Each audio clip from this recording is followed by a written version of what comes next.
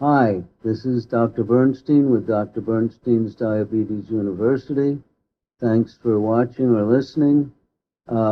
Before we start our current session, I have a few special subjects to cover, but the first one has to do with an article that was published in October 2018 in the Lancet Endocrinology Diabetes Journal.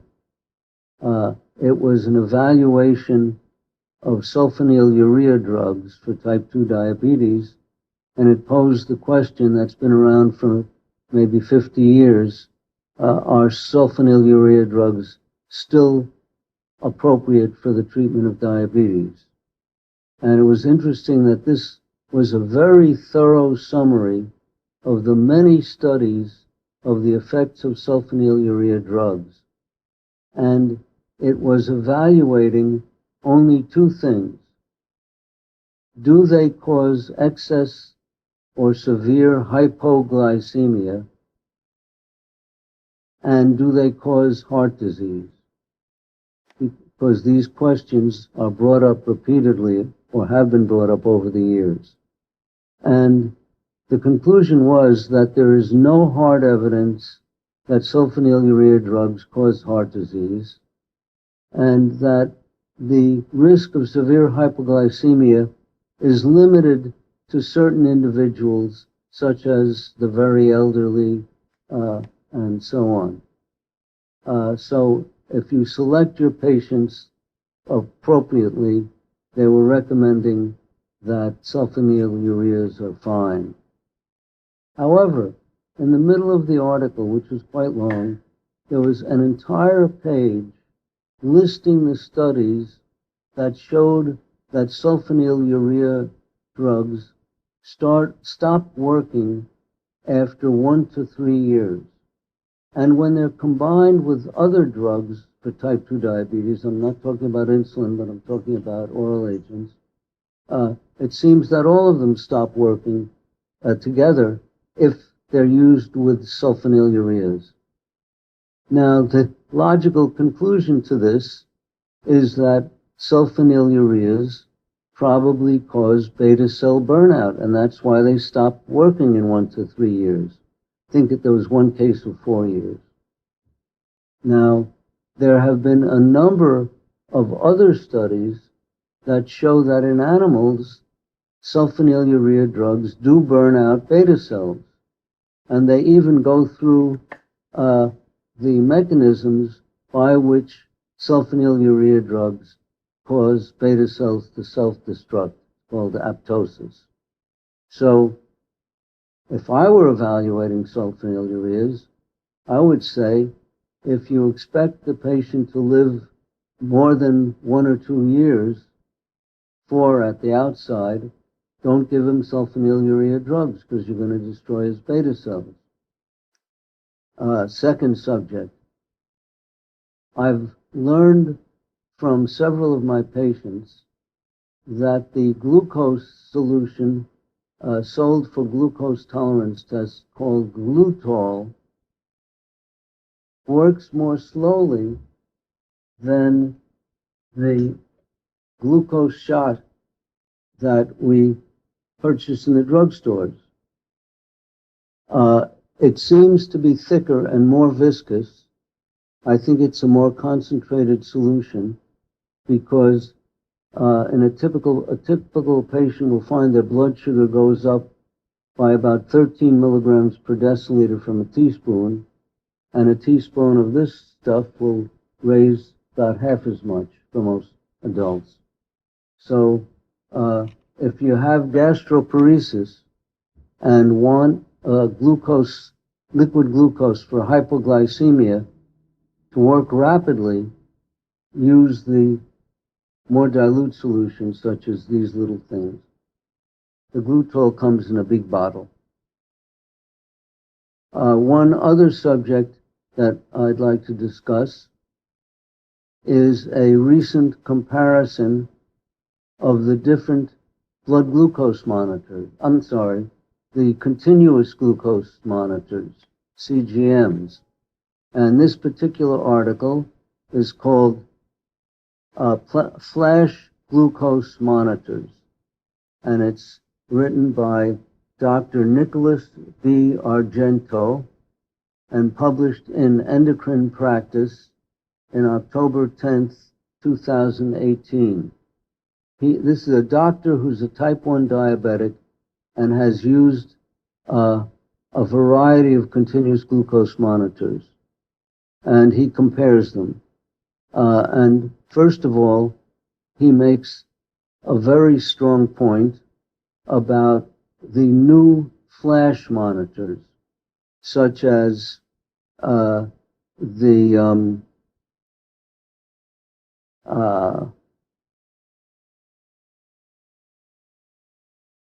Freestyle Libre, that's the one. Freestyle Libre is becoming very popular, but there are major problems with the whole concept of a flash continuous glucose monitor. The classic monitor, such as the Dexcom, measures your blood sugar and gives a continuous readout on either a receiver, such as this little receiver, or on an iPhone, or perhaps a Samsung phone, versus the flash monitors, which will give a reading on your receiver if you flash it across the site. I have my monitor in my arm, so I'd have to flash it across the site and then read it. The problem with doing that, here's the number. The problem with doing that is that it doesn't warn you if you're not deliberately reading your blood sugar. If you're sleeping, or if you're busy doing something and not paying attention to your blood sugars, there's no alarm. But the classic Dexcom gives you an alarm. I have my Dexcom set to ring a fire engine bell, so it'll wake anybody up who's trying to sleep. And that's the appropriate application of a continuous glucose monitor, to warn you if you're going too low, or for those people who don't know how to control their blood sugars, if you're going too high. The flash monitors give no warnings. Now, I've also been able to get a comparison of the new G6 Dexcom with the prior model G5. First of all, the G6 is not sensitive to Tylenol. In other words, if the patient is taking Tylenol, you don't get inaccurate results. That was a problem with the G4 and the G5. Now, for the G6, Dexcom claims that you don't need finger sticks. That is not so. It is false. The FDA actually cleared the G6 with that claim, providing that the manufacturer claim accuracy of only plus or minus 30%. In other words, the FDA apparently said, if you will say that this device has an accuracy of only plus or minus 30%, wide range of inaccuracy, then you can tell people they don't have to do any finger sticks, because you're letting them know that the results are going to be, in all likelihood, inaccurate. So, as far as I can determine, the statement that the manufacturer is forced to make, that the accuracy is plus or minus 30%, is only because of this special FDA approval. That the G6 apparently, but I'm not sure of this, is not less accurate than the G5, which has a plus or minus 20%. Now, in my experience, which is only with the G5, if I have a steady blood sugar for several hours, it's going to be accurate within a few milligrams per deciliter. But my blood sugars are usually in the 70s, 80s, or 90s. They're in the narrow range. And in that range, I'm frequently right on the nose with the same, my meter reading is the same as the CGM reading. The receiver for the G6 is larger than the little receiver that I use for my G5, but so you can't put the big receiver for the G6 in a little pocket like I have in my shirt, but you can get a G5 receiver for the G6. So if you want a small receiver, you order a G5 receiver, which is also a G4 receiver.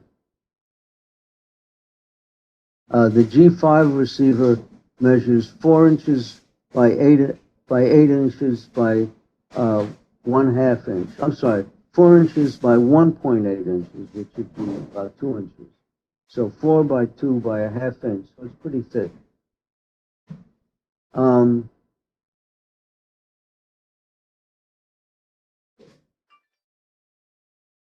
Now the introductory device that is used to apply the sensor to your skin is considerably simpler in the G6. It has fewer steps, and you can be simple-minded to apply it. The G6 I've found is a little too complicated, but the G5 is a little too complicated. The G6 is less complicated, but it gives a more powerful impact. So when you first connect the sensor to your body, you get a pow that some people won't like. So some people are going to complain about brief pain for just a second, just an instant, when they use the G6. That's about it. We've made as many comparisons as I could think of. Now back to down to the questions for the week. Before we start, I give you the usual warning that I am giving generic answers to these questions that might not apply to the individual who asks the question, because I have not gotten a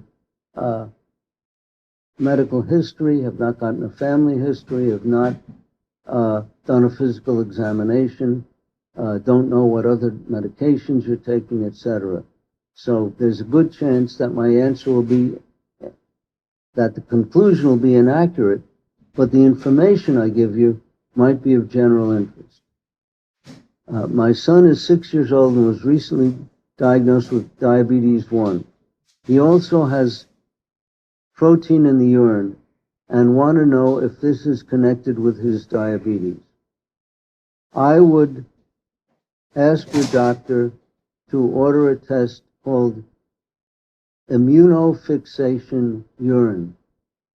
This is a test for other proteins in the urine beside albumin. Long-term diabetes can cause kidney damage that results in albuminuria, or albumin appearing in the urine. Diabetes does not cause globulins to appear in the urine. There are other diseases, a host of other diseases, that can cause globulins to appear in the urine. And since your son was only newly diagnosed, he's very unlikely to have diabetic kidney disease, but may have some other reason for having globulins in the urine. So I would recommend that this be checked. This is another son.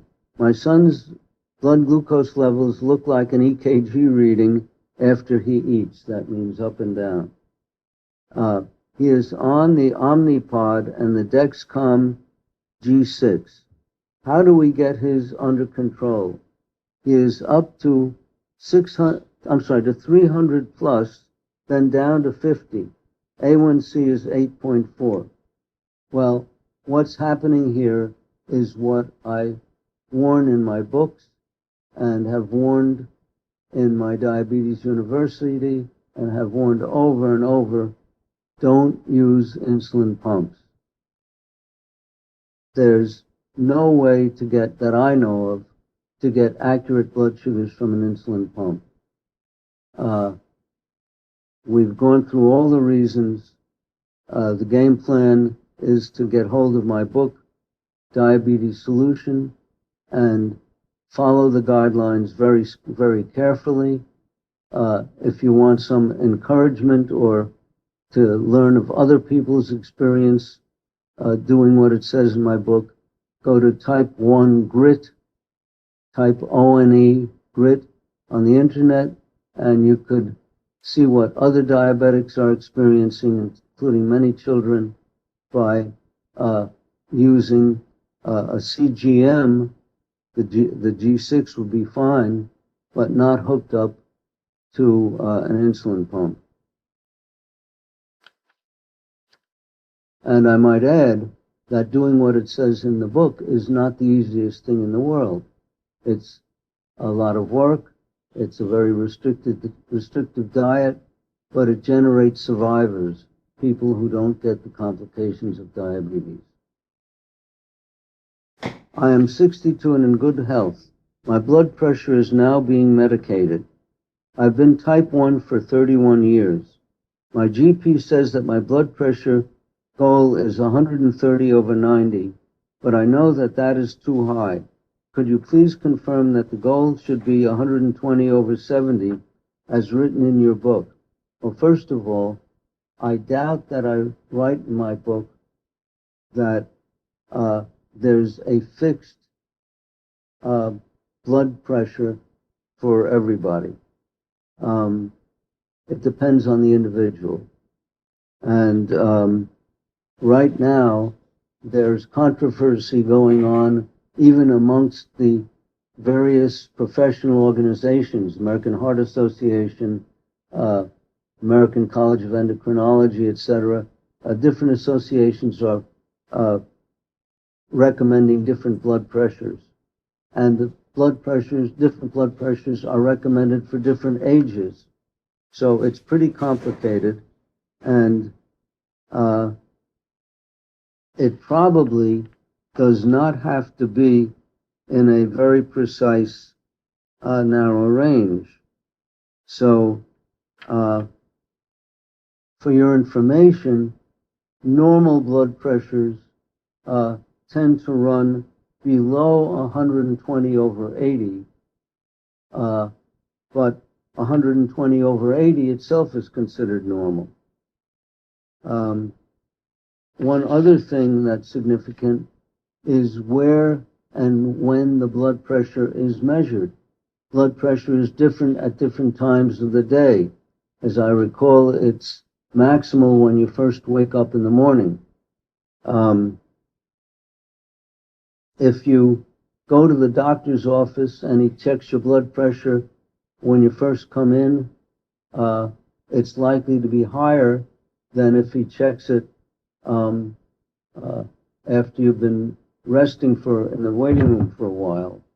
Or if you're waiting too long, your blood pressure might come up and be artificially high. So home blood pressures may be desirable, but you have to make sure that you have an accurate machine, not a fingertip machine, not a wrist machine, but one with a cuff that goes on the arm, and one that's been shown to be accurate. So there are lots of questions. It's not that simple.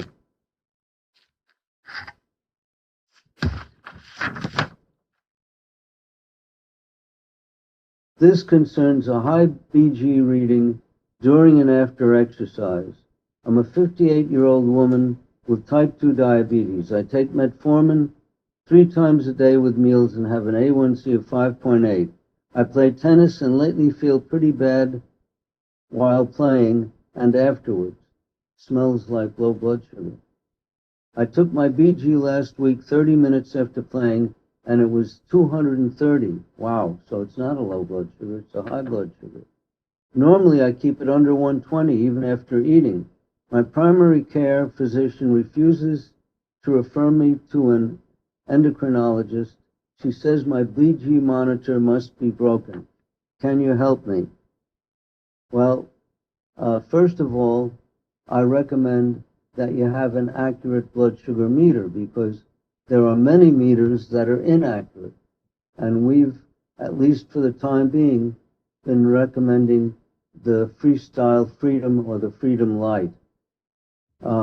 I've seen several meters that can give you a reading of 200 when your real blood sugar is 80. So you must use an accurate meter. Then I would recommend that you check your blood sugar routinely before and after exercise. And if it routinely goes up, you show the data to your physician. And if your physician is not willing to listen to you, you might want to find a physician that's more reasonable. I usually recommend that people have a primary care physician rather than endocrinologists, because most endocrinologists subscribe to the professional guidelines for treating diabetes, which mandate high blood sugars. So if you don't want to have high blood sugars, you're probably wiser to get a kindly family care doctor. You could check whether your friends or neighbors have a local physician who might be more cooperative. If your blood sugars do go up after exercise, your physician can do what I did with one patient today and with another patient last week. I have them take a drug called rapid-acting propranolol, a beta blocker, 1 hour before the exercise. And that usually prevents the blood sugar increase from exercise.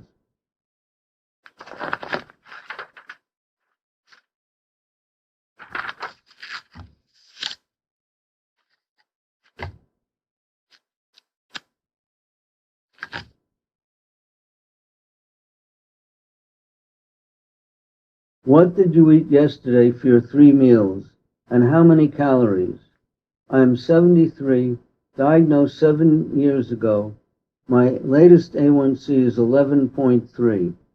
I think you should be more concerned with your blood sugars. 11.3 A1C is an average blood sugar of about 300 milligrams per deciliter. That's pretty darn high. You'll feel a lot better with normal blood sugars, so I suggest you read my book, Diabetes Solution, and not worry about what I'm eating. You should worry about what you're eating. What is the preferred pathway to manage diabetes during pregnancy if this is gestational diabetes? She says she was pre-diabetic before pregnancy.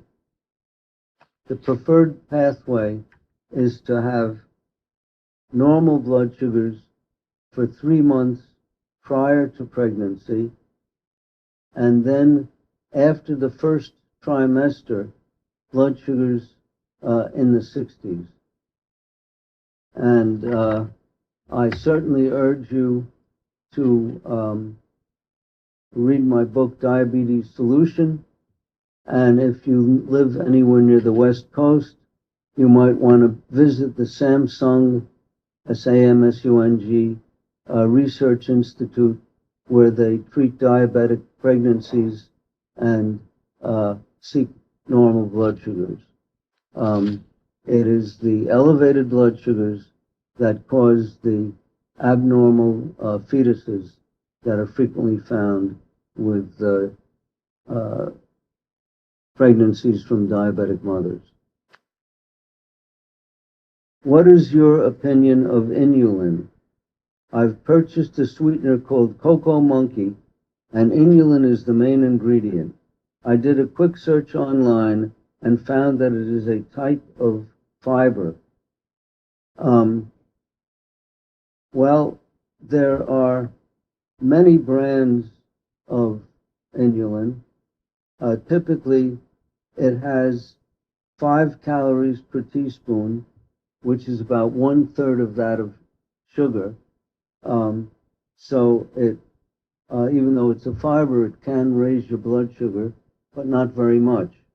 1/3 as much as table sugar. I wouldn't use it as a sweetener because it is digestible and does slightly raise blood sugar.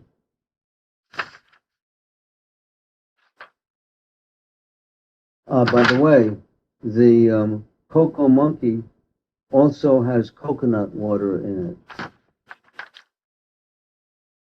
What is your opinion of pioglitazone? That's Actos. My primary care provider prescribed it for me, but when I read the data sheet that the pharmacy gave me, I got wary and just took one pill. Instead, I started watching my diet and lowered my blood sugar to the point where I got one reading to 91. Well, first of all, you should read my book. That will tell you how to control your blood sugars, and it'll tell you about diet and exercise, etc. The Actos, I've used it in many patients, but it frequently causes edema, fluid retention, which is not a desirable condition. It's tolerable but not desirable. There's a sister drug called Avandia that is in a similar category, but in my experience causes less edema. So I've used Avandia to help lower blood sugars when diet and exercise and weight loss have been inadequate in type 2 diabetes. But just an hour ago, I was speaking to a patient of mine who's taking Avandia, very effective, but she has 4+ edema in her legs as a result. So I have to discontinue the Avandia. She's been taking glucophage, which is metformin, and the metformin is always the first choice for almost everybody except if they get diarrhea. So the metformin comes first, Avandia second for those people who do not get edema. There are other potential hazards from the thiazolidinediones, as these drugs are called, such as bone fractures, macular edema, and so on. But those are rare. My main concern is edema in the legs, pretibial edema, which is very easy to measure. So I say, read my book, and I'd certainly take glucophage before I would take Actos, but there are problems with diarrhea from glucophage, so you have to use it in a certain way, and that's all described in my book and in my videos. What is your take on the new fad kombucha?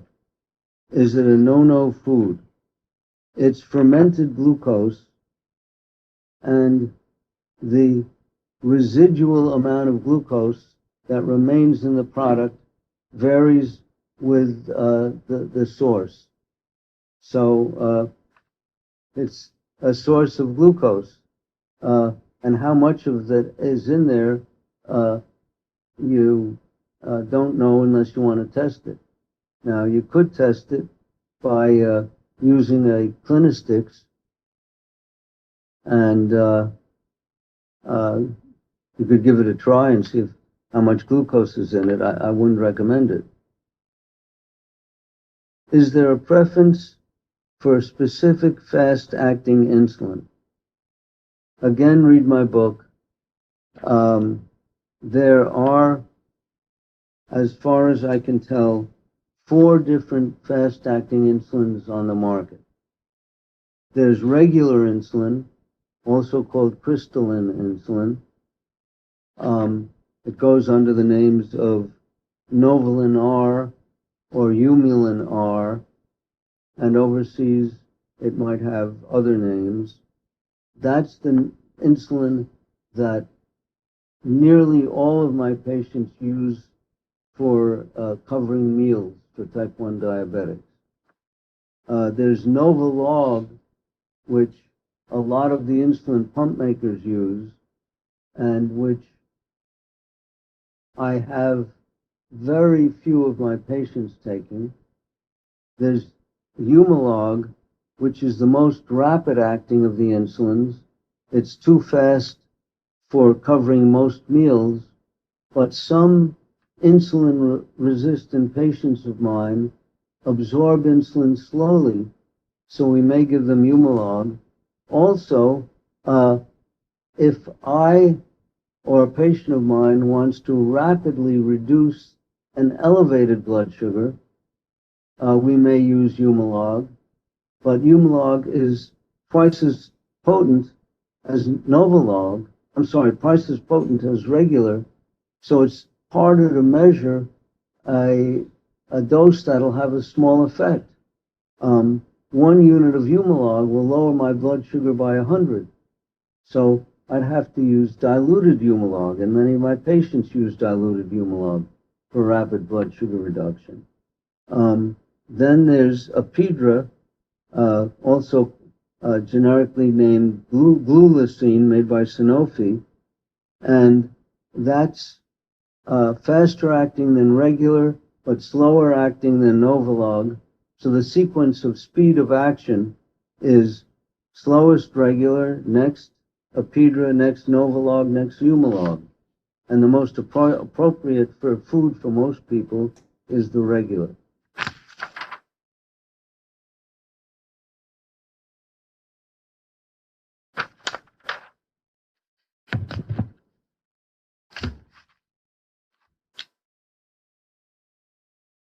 I'm in a process of switching from Levemir to Tresiba. Levemir is a long-acting insulin. Tresiba is a long-acting insulin. Tresiba is longer acting than Levemir. What do I do with the Tresiba? Okay, what I tell my patients to do is, in theory, you'll need approximately the same dose. But because the Tresiba is longer lasting and spread over a longer period of time, maybe you might need a little slightly larger dose. So if a person were taking, let's say, 6 units of Levemir twice a day, I might say they may really need 6.5 or 7 units of Tresiba, but you can't measure half units on Tresiba ordinarily. But for a trial, I'd say take less Tresiba and see what happens, because we don't want you getting hypoglycemia, especially overnight while you're sleeping. So if you were getting 6 units of Levemir twice a day, I'd say start off with an experiment with 5 units of Tresiba twice a day, and be sure to take it initially on a rising and at bedtime, not every 12 hours as many doctors recommend. You want to be able to cover the dawn phenomenon in the morning. Now, if you're a full type 1 diabetic, there's a good chance that the Tresiba will not last at extra strength long enough in the morning when you get up to cover the dawn phenomenon. At least it doesn't for me. So I take my evening dose at about 10 p.m., and at about 4 a.m. I take my morning dose so that it'll be working actively when I get up at about 7 or 8 o'clock in the morning, and will overlap the evening dose that I took. So I have 2 doses working in the morning, covering the dawn phenomenon. Now that takes a sacrifice. It happens that I frequently wake up within an hour of 4 a.m., so it's not that inconvenient for me. But for many of my patients, it is inconvenient, and they have to set an alarm. Otherwise, many of these patients will wake up with a high blood sugar and have to take a half unit of Humalog on arising, or maybe some diluted Humalog on arising. It's complicated.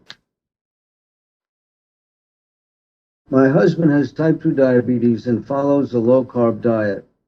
He developed diverticulitis and was told by the nurse practitioner not to eat low-carb, but instead follow the BRAT diet and also stick with pasta, rice, and chicken, which he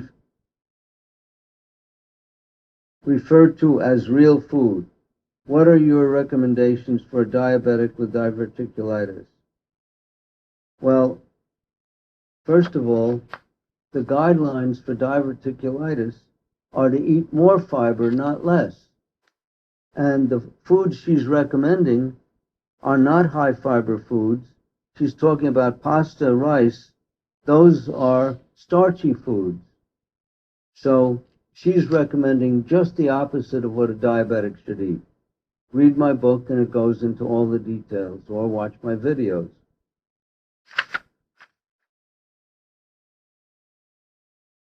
Our daughter is type 1, 16 years of age, and following the diabetes solution protocol after reading your book. Do you have any tips on how to avoid the daily post-weight training spike in her blood sugars? Well, we've talked about this before, and that is, well, there are 2 things. First of all, if she's doing her exercise in the morning, she should move it to more than 4 hours after arising, so somewhere around midday, afternoon, or evening. That's the most common cause of high blood sugars after exercise, exercising during the period of the dawn phenomenon. If she's exercising in the evening and blood sugars go up, follow my prior recommendation for propranolol, namely 10 milligrams of propranolol, beta blocker, rapid-acting propranolol, an hour before exercising.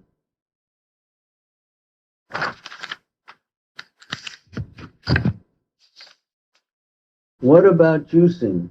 Do you think I should juice with 100% vegetables or no juicing at all?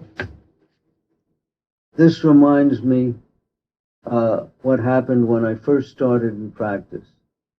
In those days, I would negotiate a meal plan with a new patient, and I was anxious for them to get vegetables. And I said, in those days, the ADA was pushing vegetable juice. There was one on the market. I haven't seen it around lately. It was called the V8, V like in vegetable, V8 juice. And I suggested that patients drink V8 juice and see how much it raised their blood sugar and cover it with insulin as they would any other vegetable. The trouble was that they were complaining that their blood sugars would go very high, very rapidly from a small glass of V8 juice. So I stopped taking the ADA's advice on dietary recommendations. Don't juice your vegetables. If you have gastroparesis and may need a semi-liquid diet, you could put your vegetables in a blender.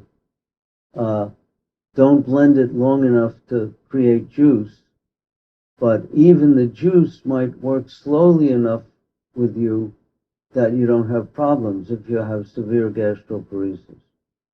That's something that again, involves trial and error. You have to do it and see what happens. Type 1 for nearly 50 years. I'm on a low-carb diet and occasionally experience pronounced rise in glucose between 5 and 8 a.m. without having had any calories for 8 hours.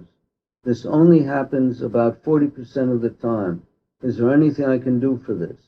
Well, if he's had, or she has had diabetes for 50 years, my guess is that it's been poorly controlled for most of that time, because my book has only been around 30 years, and you likely have gastroparesis as a result. And if you have gastroparesis, your dinner emptying is going to be unpredictable. Some days your dinner may end reasonably rapidly within a few hours. So if you're going to go up after dinner, you'll see it. Or if you're going to be level after dinner, you'll see it. But some other days, it might empty very slowly. You'll go too low after dinner. You'll take glucose or something else to raise your blood sugar to normal. But then your stomach will do most of the emptying while you're sleeping, and you'll be high in the morning. So in your case, the most likely thing is gastroparesis. And you have to follow my book. There's a whole chapter on the treatment of gastroparesis. It could be the dawn phenomenon, but the dawn phenomenon is usually very consistent. People may wake up high every morning. It's not likely that they're going to just wake up high some mornings. So I would suggest, first of all, that you get an RR study done to find out if you have gastroparesis, and then take a look at the book and read the chapter on gastroparesis. But read the whole book if you want to be able to really control your blood sugars. What can it be done about very severe neuropathy pain? Well, the ADA recommends all kinds of painkillers, none of which get to the underlying cause of the pain. I've read about intravenous alpha-lipoic acid for treating neuropathic pain. There are 1 or 2 reports of studies on 1 or 2 patients, and the effect is questionable. Neuropathic pain goes away when you have normal blood sugars. It doesn't go away instantly. The nerves have to regrow and heal, and it could take months. Neuropathic pain can also be caused by improving blood sugars if you first have numbness. So let's be talking about the lower extremity, which usually is what has neuropathic pain. So you have feet that are numb, and they've been numb for a long time, and now you finally normalize your blood sugars, and now the feet start hurting. And as one patient of mine once called it, he used the term lancinating pain. Severe, unbelievably severe pain, but he knew that the nerves were healing, and that if he waited a few more months, the pain would go away, and that's what happens. So the best way to treat neuropathic pain is to have normal blood sugars, get your blood sugars absolutely normal, say in the 80s, and wait a few months and put up with the pain, knowing that it's going to get better. The ADA recommends some antidepressants, GABA, all kinds of things that have minimal effect. Many doctors are recommending opioid painkillers, etc. And all I do is recommend normal blood sugars, and it works.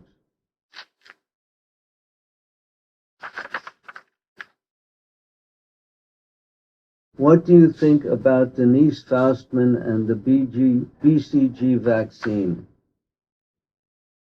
Well, Denise Faustman of Harvard has been claiming, I believe for 20 years, maybe longer, that she has a cure for diabetes. And her latest approach is to give what's called an adjuvant. This adjuvant was used with a tuberculosis vaccine many years ago to make it more effective. She published in the journal Science a number of years ago. I'm sorry, I forgot what she published, but she published a study claiming cures of diabetes, and then other people published their studies in the journal Science, claiming that they found no results in their attempts to duplicate her studies. So right now, I don't see anything. Maybe she has something, but this has been going on a long time. What is fatty liver disease? How do you know if you have it? And what can you do to avoid it or to cure it? Well, I had fatty liver disease when I was in my teens until I got my blood sugars controlled when I was in my late 30s. First of all, my liver hung down below the right costal margin. That's the bottom rib. It's called the costal margin. And it was about this distance, these 4 fingers breadth, below the costal margin. It was huge. And if I pressed on it, it hurt. So I had a tender fatty liver. I've seen fatty livers in many of my brand new patients when they first come in here. And what makes it better? Normal blood sugars. It took about 3 years after I normalized my blood sugars for the fatty liver to disappear, and there was no way that I could cause any pain by sticking my fingers up under my ribs, etc. So you can actually feel it. You can feel if it's tender, and any doctor can make the diagnosis. Now, the diagnosis is for an enlarged liver. Is it diabetic fatty liver? It's the most likely thing if you're diabetic and have an enlarged liver. You could be an alcoholic and have an enlarged liver from the alcohol. You could be taking some medications that cause an enlarged liver. But the most likely thing if you're diabetic and have an enlarged liver is the fatty liver. Would you agree that there could be a cure for diabetes, albeit would not be promoted due to the loss of profit and probably most importantly, people losing their livelihoods as well as science losing talented people? I doubt it, but it's a possibility. I can see, for example, a drug company stumbling on a cure and then terminating any further research because they're making a lot of money on a drug to treat it. But I doubt that that's going on.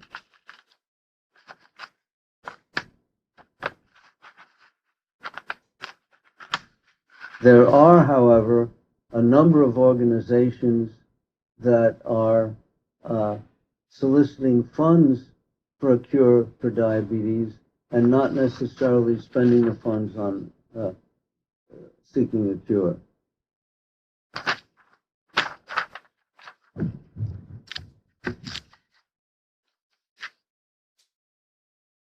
After running 5 kilometers, my blood sugar levels rise slightly by 1 or 2 millimoles, which is 18 to 36 milligrams per deciliter.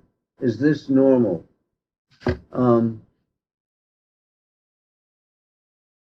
I don't think so. However, if it's in the morning and you're type 1 diabetic, I can certainly see that possibility. And if you're running with a high blood sugar to begin with, that causes insulin resistance, and you may go up even higher later on. So those are the two possibilities that I can think of. Ordinarily, 5 kilometers is not a great distance. It's about 4 miles. If you are well controlled, that is, usually have normal blood sugars, are taking your usual amounts of insulin and doing your usual eating, and you run 4 miles, I would usually expect your blood sugar to go down, but not in the morning. I had one patient, one of my very first patients, would run 5 miles every morning, and he had to take 2 units of regular insulin to prevent a blood sugar increase from the run. 48 year old type 1. 15-year gratefully following your program. I have evening lows when on long-acting insulin, Tresiba, Levemir, Lantus. So I've been using NPH at 10 p.m. and 5 a.m. I recall that you mentioned that it's possible to develop an allergy to NPH. What would be the symptoms of an NPH allergy? And if developing one, how would it be possible to desensitize in order to resume NPH use? Well, I don't think I ever picked NPH as a target for allergies. One can be allergic to insulin, usually not human insulin, more likely the old animal insulins, and but the only human insulin that we have available is regular insulin. The other modified insulins, like Humalog and Novolog, et cetera, Levemir, you name them all, none of them are molecularly the same as human insulin. So it's possible to be allergic to any of them. The NPH in the old days was a target because it contained a protein called protamine, which in the very old days was derived from whale sperm, and you could be allergic to protamine. So how do you know that you're allergic? Usually people had inflammation at the injection site. I can only remember one person in my entire practice history who had insulin allergy. She was a teenager, and this occurred about 30 years ago, and she required about 200 units of insulin per day.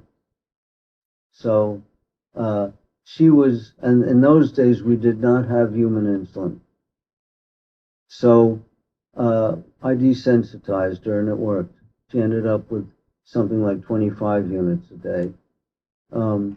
What we did was we gave intradermal injections of very dilute insulin.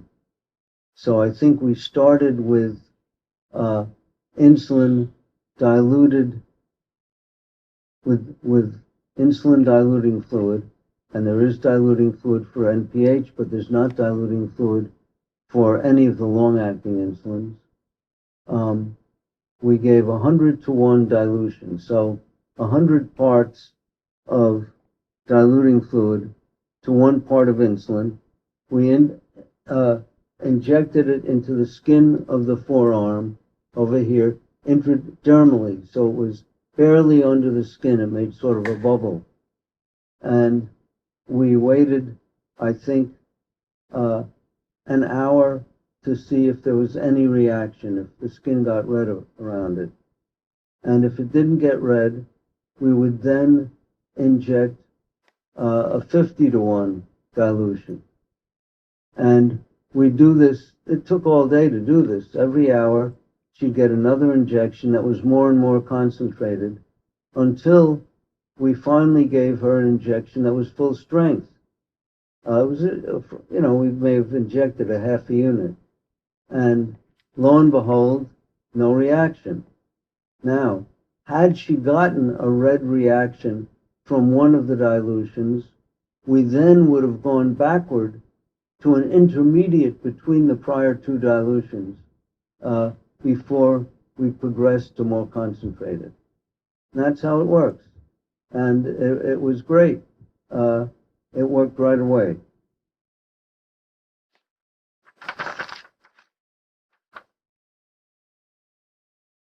I'm a type 2 diabetic with 5-year history. My A1C is controlled at 5.0 for at least 3 years. My BUN is 26 for the last 2 years. My body mass index is 18.4, so he's probably of about normal weight. So I am a bit careful with protein. I don't know what that means or why. I am trying to get pregnant. Is there any adjustment I need to do for my diet while trying to get pregnant and during pregnancy, like the amount of carb, protein, and insulin requirements? Well, I would give this patient the same recommendations that I gave to the other person who wanted to get pregnant. First of all,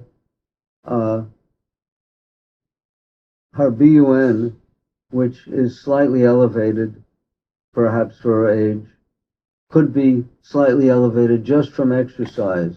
So if she's exercising every other day, her BUN will be elevated, especially lower body exercise. That's not caused by protein. If you want to know how your kidneys are, you should be checking creatinine or cystatin C, not BUN.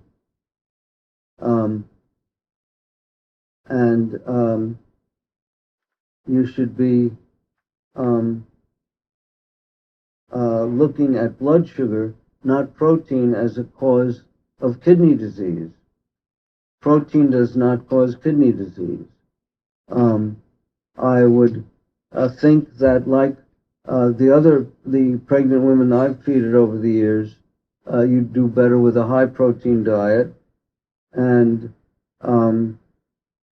at least until the 3rd trimester, you should be building protein in your body and in your fetus while it's growing. And in the 3rd trimester, you don't have to cut it down, but you don't need as much as you would in the first 2. And also you might contact the, if you live near the West Coast, contact the Samsung Research Institute. Diagnosed pre-diabetic 3 years ago at 57.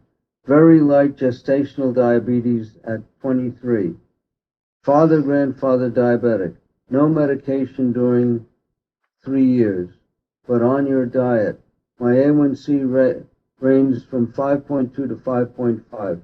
5.5 is an average blood sugar of about 120, but it could be varying up and down around that. Doctor says, no worries, you are in normal range, but your book says otherwise. Your book though does not address the issue of should you take medication to lower it further, even though by conventional definitions you are in the normal range. Well, my feelings are that you should, first of all, I would not like a 5.5 for myself if I had a choice. I would like to get under 5. And I would use medications for myself if I had if everything else failed to work. Now, that means weight loss if you're overweight.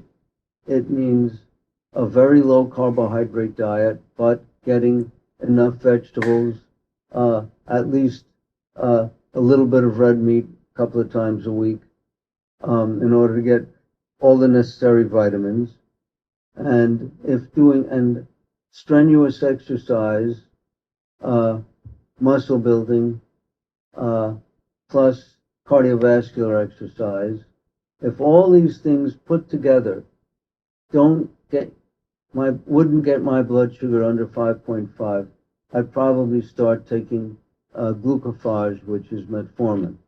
And I would start with the XR, the slow release. I'd start with a small dose. I'd start it after a meal because it might cause diarrhea if you take it before a meal. And all the guidelines for using metformin are in my book.